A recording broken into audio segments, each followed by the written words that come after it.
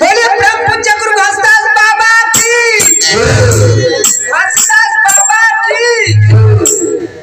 ऐसा ना नहीं बने काबर अत्यंत हमार दीदी बना बलबल चिल्लाया मार खा हो, कम से कम अच्छा तो जय बोला जा, बार बार समय नहीं मिले, एक बार मिलते जय बोला।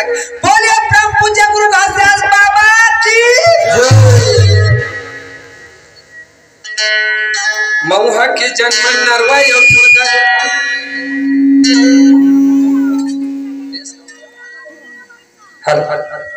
कौहा के जन्म नरवा रे भाई, मऊहा के जन्मने कछारे बेटी के जन्म हरे मेरे भाई,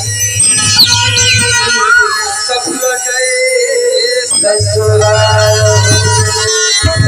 राम नाम की लूट है संतो लूट सके सो लूट, काल पछताओगे प्राण जाए प्राण जाएगा झूठ होता है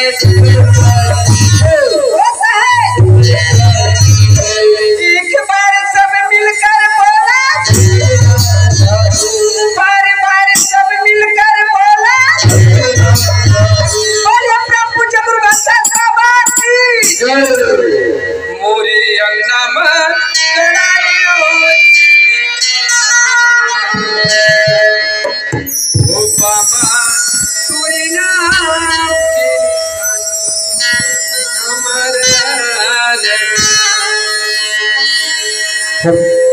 मोरी अंगना में गड़ाइयो जैते खाम, ओ बाबा तोरे नाम के निशानी हमारे